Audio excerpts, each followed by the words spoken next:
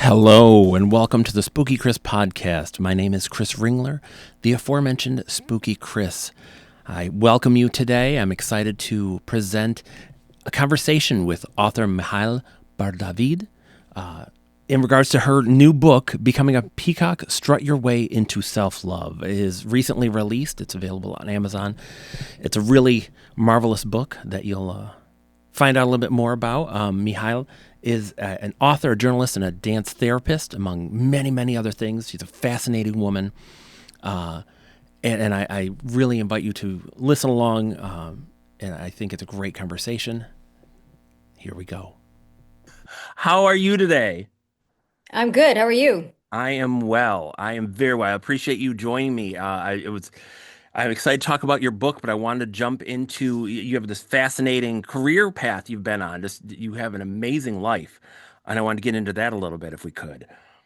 Uh, so you've spent many years as a journalist. How did you get started with that? That's actually a funny story because what brought me to journalism is my dance therapy background. So I was actually given interviews as a dance therapist on dance therapy, on what dance movement therapy is in Istanbul, telling people, trying to express what it is, because there is this misconception that it's a style of dancing, it's just relaxing through movement and dance, but it's a whole science, and it's an expressive therapy, dance movement therapy. So I was talking about it, going on camera, giving all these interviews, and then I just noticed that I felt really comfortable in front of the camera.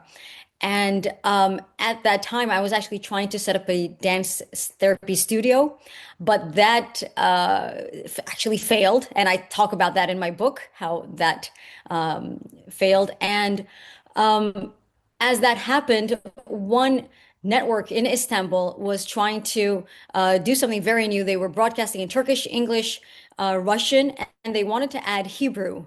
And my background is from Israel. I'm Turkish Israeli, and so I find diversity very intriguing. And I went for a interview there, and then they offered me a job, and that's how I got into journalism without any background in journalism whatsoever. But I just felt really comfortable on camera, so that was my first job in media. That is amazing. What was your favorite part of being a journalist?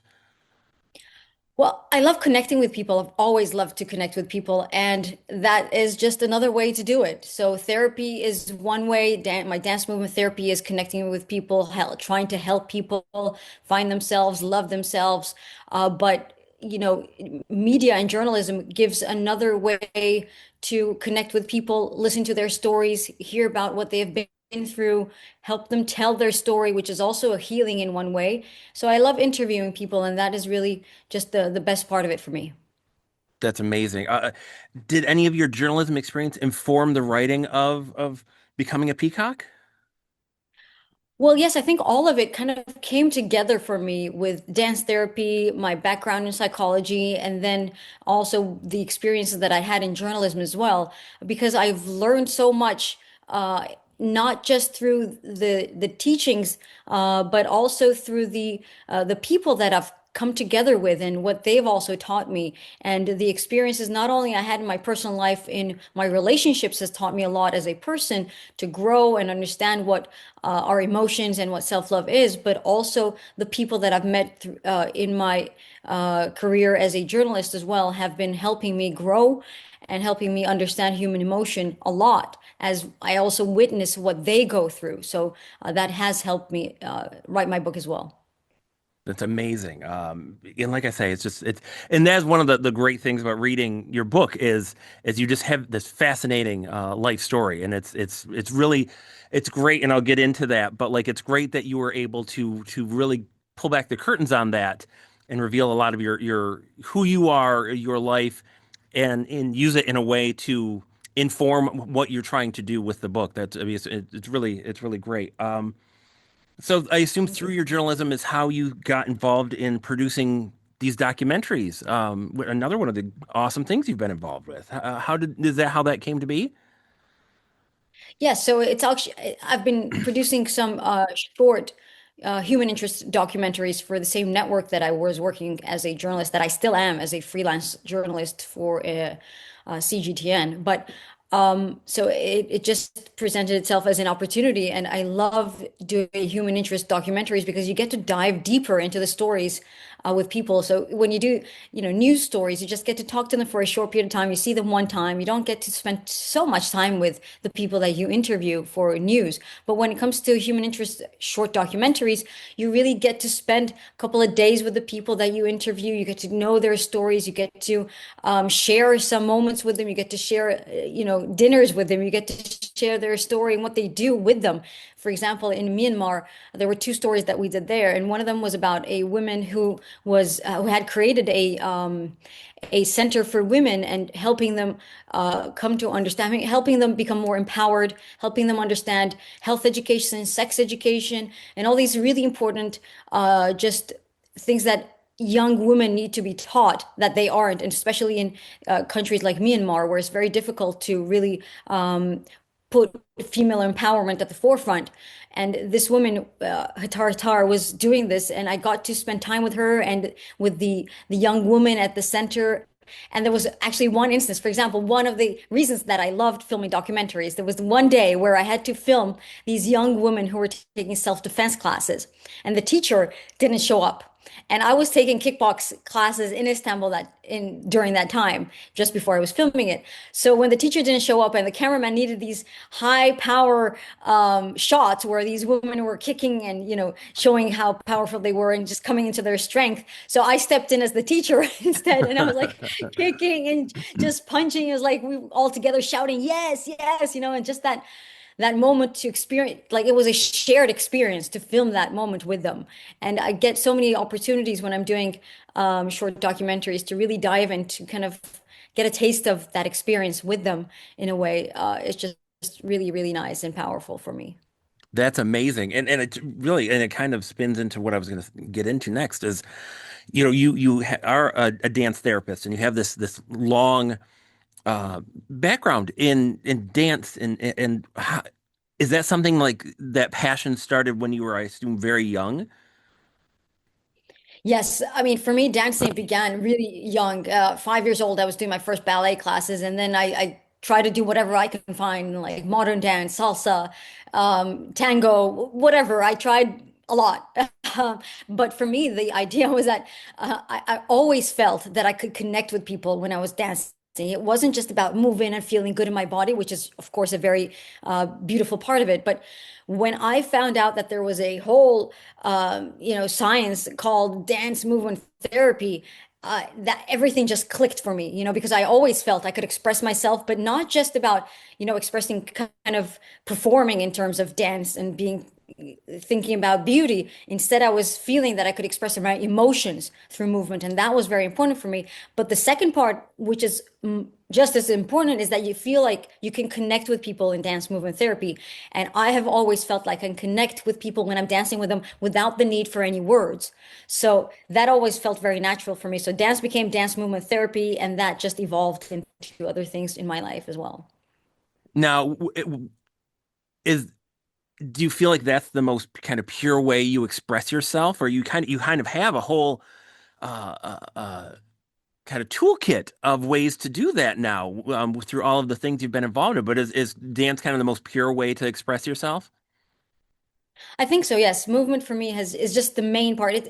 It's the definition of who I am. Like dance movement therapy is who I am. Like when you see me somewhere, you're gonna connect with me with your body language more than your words in a way. I don't know if that makes sense, but like, with your eye contact. And if we move together for 5 minutes, you're gonna probably feel like we are gonna feel like we know each other more than talking for 5 minutes. That's how I feel. And I think people always feel that when they're with me. That's what I've been told, at least. But uh, so, like, I can go on a dance floor and just connect with people randomly. And I love doing that. And just instead of, it's not about flirting with people on the dance floor, it's about connecting with people on the dance floor for me. Fantastic. Now, so you recently put out your first book, Becoming a Peacock. How did that come about? So yes, I've been teaching the basic principles of dance movement therapy at a university here in Istanbul for the last 15 years. And there, even though the goal has been to teach them the basics of dance movement therapy as a science and the body language behind it and the observation part of it, for me, the more important part of it has been for them to learn about the themes that we're working on. And every theme that we work on, saying no, boundaries, relationships, inner power, whatever it is about your personal life, it all connects to the core of self-love. So everything is connected to self-love. So during that semester when I teach, my goal personally is for them to finish the semester as a more empowered person, a person who knows their worth more, a person who loves themselves more. So I try to see if that has happened for them more than if that they've understood what dance movement therapy is. Of course, I want them to do, that's what I grade them for. But at the end of this semester, they have to film a video for me where they express themselves with movement and they tell me how they've developed as a person more. And I care about that more than I care about the final paper where they tell me about dance movement therapy. That's awesome. So yeah, so and that how that connects to the book is that so I've realized that I talk about self-love and I try to teach them what self-love is. And the basic thing that I say in the book is that, we get so many years of education, but nobody teaches us how to love ourselves. And I saw this as a graffiti once. And we learn about math, we learn about grammar, we learn about all these things that are important in life, but no part of our academic, journey teaches us how to love ourselves. And that's such a core thing for us to grow as a person and to be successful as a person, to be healthy as a person, to be happy as a person. We need to love ourselves. And nobody teaches us how to do that, unless we go to therapy somewhere or unless we go to a workshop specifically about that. So that's my goal in the university course. And I've realized that it helps my students as they embark upon adulthood. And that, well, at least that's what I've been told by them. So my goal in the book has been to touch some more people, hopefully, and give my message to more people about self-love. Awesome. That's awesome. And like I said before, it really is kind of a raw book, and you are very open and kind of, your journey on your own path to self-love. How difficult was that for you? It was both difficult and both easy at the same time because it was difficult in a way that I was myself also scared to be judged. There's a part of it that was like I'm exposing myself, my relationships, my mistakes, and all my flaws in a way. Not all of them, but some of them. But and so and publishing that book in Turkey means my own community finding out about all my experiences as well. And I do touch some intimate moments in my life and difficult moments in my life that I've shared.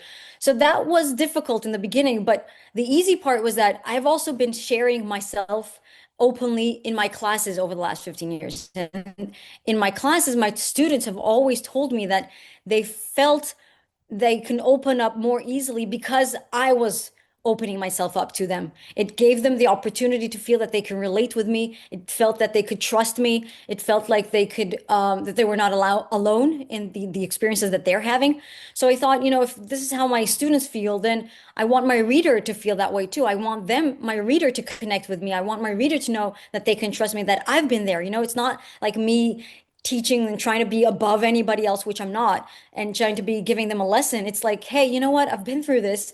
And maybe, you're having similar experiences, or maybe you can learn from my mistake, was my intention. So I thought that that made it more easy for me. And now that it's out, the book is out, and I'm having some people who I don't know come up to me and say, like, you know what, I've been through something similar, and really that made me feel like I wasn't alone. And hearing that makes me feel so good. And just if just one person feels that way, or like that they can love themselves a little bit more, or just connect with me in a way, then it's been worth it. And I'm happy that I was able to open myself up so much. I was going to ask. I mean, the book was recently released, so I wondered if there had been enough time for folks to be able to reach out to you and kind of give you any experiences. That's great that you've had that so far, because that's got to feel like like you solidifying your decision and putting this out and kind of make you feel good about that. Yeah, it's really fresh. So, like, I mean, it was just released in Turkey about a month ago, and just about 2 weeks ago on Amazon, and I don't have a way, I don't have a publisher, so I'm like self-publishing on Amazon, and I mean, it's very hard to get the word out there. So I'm just going to start ads soon. So, thanks to people like you, I'm getting some exposure, but it's very difficult to get the word out there about the book.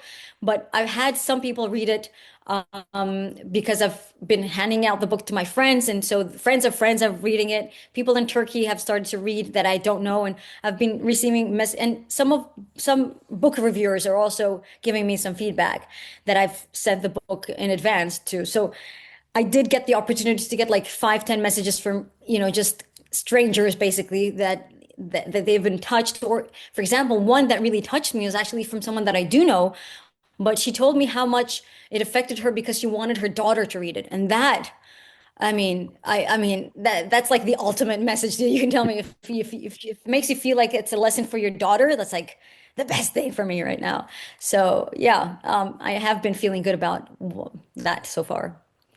I will say that I think a problem with similar kind of books is that they come off as very preachy and very I know best. You need to do this. Like, let me fix you. And you come at it more as a friend and hey, like, let's sit down and talk. And I want to talk about what my experience is so I can help you because I've seen the things that you're seeing now. And that really. I think that'll do really well for you with this book. I think that's a great aspect of the book. Oh, thank you so much. It's so wonderful to hear that. And like, I just had that experience in class the other day because we were talking about breaking up with toxic relationships, right? And one of my students was talking about how um, she for the last couple of weeks in class, she was talking about how she was in a relationship and how the boyfriend was making her feel actually unworthy, and that she had to like kind of she was trying to she wanted to make him feel like she deserved him or something. And we were all like, oh my God, I hope you break up with this guy. And at the end, she did break up with him, and we were kind of celebrating that actually. And I was like telling, giving this speech about, it's very good that you were able to break up. This is a toxic relationship, and I'm very happy for you, but of course it's your decision, blah blah. And then I was like, but don't get me wrong, I'm only able to say this now. For 20 years, I was in these toxic relationships. I was doing all these mistakes and I was messing up. So it's not like when I was your age, like 20 years younger, 25 years younger, I was not making these mistakes. I was there. And that's the message that I've been trying to give people, not like, yeah, from a preacher, but from I've been there. Yeah, and hopefully, um, men will understand that this isn't strictly like a women only book. This is a book that speaks to anybody because you're speaking with such truth. And it doesn't, I would hope to think that men will understand that they can get a lot out of this book as well. Oh God, I hope so. So I fingers re I crossed. would really love it if I could get some men to read it too. Yeah. And I mean, especially if it would be it's good for men to kind of see the other side and to maybe see in themselves like their toxic traits, which is not something I assume that you want, intended, but like maybe you, as you're reading this and kind of finding your own self-love, you see kind of like, oh, I've done some of these things with people I've been with. And, you start to kind of like, again, self-assess, which you talk about. So, True, but also from the perspective, like I was just talking to a male friend and he was telling me about his divorce. And I think it would help him so much if he actually understood that he was behaving in a way that he actually needs to learn about self-love. Like he's made mistakes or I think men have more difficulty actually with facing themselves in terms of the fact that many of them are acting in a way that they're not treating themselves in a self-loving manner. oh yeah, I can absolutely see that. Now, when did you kind of start realizing that your kind of you could use your experience to help others? Is it through your classes and through that and that kind of built into the book? Yes, it was through my classes because every time that a student of mine told me that they learned from the class, that they felt that they deserved more, that they felt that they can, yes, leave a toxic relationship, or that they can take one step, more into understanding what self-love is, every story that I tell them that they would tell me that they connect with the story, then it made me feel like, you know what, I want to tell my story to more people. And that has been the goal basically. So I think my classes have been the main reason for me to decide to do this. That's amazing. Now, how did you find, like, you have this background in journalism. Did you find it easier to write it because of all that and your other experience kind of, or did it come naturally? Journalism has helped, but I've also really liked journaling in a sense as well. I've always believed in the power of writing out your emotions. And the process of writing the book was so healing for me as well, just to get it out and just write it all out. And just it wasn't just for the people, but it was beneficial for me, the writing process as well. So I really enjoyed it. It was really cathartic for me as well. And I think that once again, I realized how beneficial writing our emotions is, because it makes us not only connect with our emotions, but self-reflect, because you get the sense of, okay, what did I do that was great? And what did I do that was horrible? What did I do that made me happy? What did I do that makes me sad? And what do I need to do now? So looking back at our experiences and what we've been through actually gives us a lot of data about what we do need to do and what we need to grow from. Now, what do you hope readers are going to take away from the book? Well, I think that my most important message is what I was hope that they would take away is that your self-worth is not defined by anything external. You are worthy because of who you are. You are not more worthy if you are in a great job or in a great position, if you have more money, if you have this great relationship, because all of these are things that can disappear. You can go broke, you can be fired, you can be dumped. And when we experience any of these things, a lot of us feel like we're no longer worthy. So I hope the reader and anyone who joins this message understands that you are worthy because of who you are, period, just the way you are. And you should experience self-love, and you should love yourself just the way you are without changing anything. If you need to grow, you grow, that's great, but you do not have to be any different for you to deserve love from anyone else or from yourself. That's amazing. That's a great message. And I think if memory serves, you've been able to do at least a couple of signings so far. How has that experience been for you? Yes, I did two so far. I did one in Miami and one in Istanbul. And the one in Miami was incredible because there were some people that I didn't know, just random, beautiful people that came to the reading. And it was wonderful to connect with people. And because I don't do a classic reading, I read parts of the book. We talk about the concept, but then I do a little movement exercise with them from the dance therapy perspective. So it gives them an opportunity to connect with me, with each other, with themselves. So I do a little exercise where I do the awakening of the peacock. So we're just with light music, I lead them to a through an exercise where we're opening our wings slowly, slowly experiencing what it feels like to open up as a peacock would their wings, which is the metaphor that the reason I chose the peacock is because the peacock is, it walks around all humble and everything, but when it wants to shine, it opens its feathers and it's like, oh my God, you cannot take your eyes off that thing. And that's how you should feel. Like you should know how amazing you are. And when you want to shine, just open your feathers and just be there and be the center of whatever.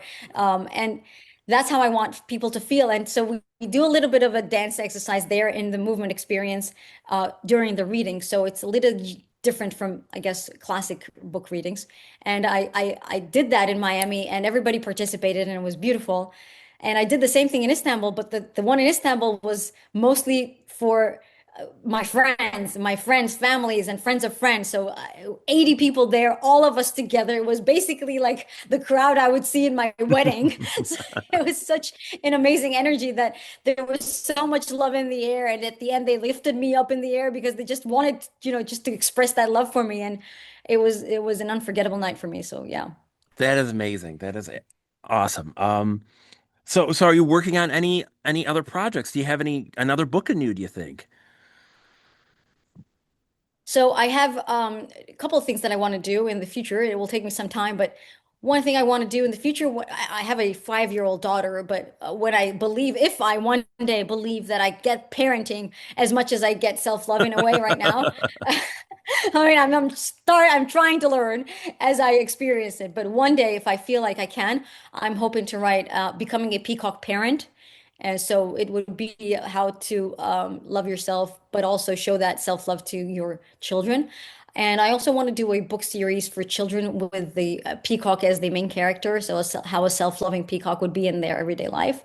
And one other thing that I'm hoping to do very soon is a social media initiative where I'm going to ask people to do like post something where they say they tell people that they love just something kind or something loving, and they say, I see you, peacock, do the peacock," and they do something like that and tag people and just send something, tell them the person that they're tagging why they love them or why they care about them, why they're worthy, just to remind people that they are and to share kindness instead of, because there's so much hate going around on the internet, and I just want to do the opposite. And just let's do a kindness movement, send some love and put that in the air. So I'm hoping to do that soon. That is amazing. Well, here, I'll before I get to the last, I'm gonna switch my questions. So how can people follow you then? And so they can follow that and follow kind of what you're up to. Yes, so on social media, I am on Instagram as Michal Bardavid. I am also just setting up my account on TikTok today. I've set it up, but I have no followers and I have no posts yet. But that is going to be one of my projects going forward, to post content on TikTok on self-love. And I have my website, michalbardavid.com, where I will post updates if I have any. And Amazing. if they want to, get the book, it's available on Amazon, and you can find the link on my website as well. So, That was my last question. I was going to ask how folks could track it down. So I cannot thank you yes. enough So, for making yeah. time. This is amazing. Thank you so much. I really appreciate it. It was great talking to you, Chris. It was great to speak to you, and I really, I really, really encourage folks to check out your book because I think a lot of folks are going to like it. Thank you very much. Thank you. You take care. You I too. cannot thank Michal enough for making time to be on my podcast. It took a second to work out the time zones, but it was a fantastic conversation. She's a fascinating woman with just a wealth of life experience, and I really have to recommend this book. Becoming a Peacock is it's available on Amazon. It's a fantastic book. And I guess you could call it self-help. I don't know if that's self-help gets a weird rap, but as I say in the podcast, she does not preach to you on how you should act, on how you should be. She comes at you as a friend, as someone who has lived a lot of life and has a lot of experiences that she can share and can kind of give you her guidance. And I think that's really what sets this book apart from so many others, is that this is all feels like it comes from a friend. And it's a book, like I also say, it's not just for men, just for women, just for anyone. It is I think anyone can get something out of this book, and I really would recommend it highly. You can track her down at michalbardavid.com, and that's MICHALBARDAVID.com. She's on Instagram at MICHALBARDAVID. And if you want to share your own peacock moments, you can use the hashtag becoming a peacock and peacock moments. I thank her so much for making the time, and that was great. And I appreciate you listening. You can find my stuff at spookychris.com. That's all of my blogs, all of my podcasts, and my other interviews. I've done a lot of interviews with other authors and creatives. And then links to all my own books, spookychris.com. You can find this podcast and all my others on your least favorite podcasting platform. And I will speak to you soon. Take care.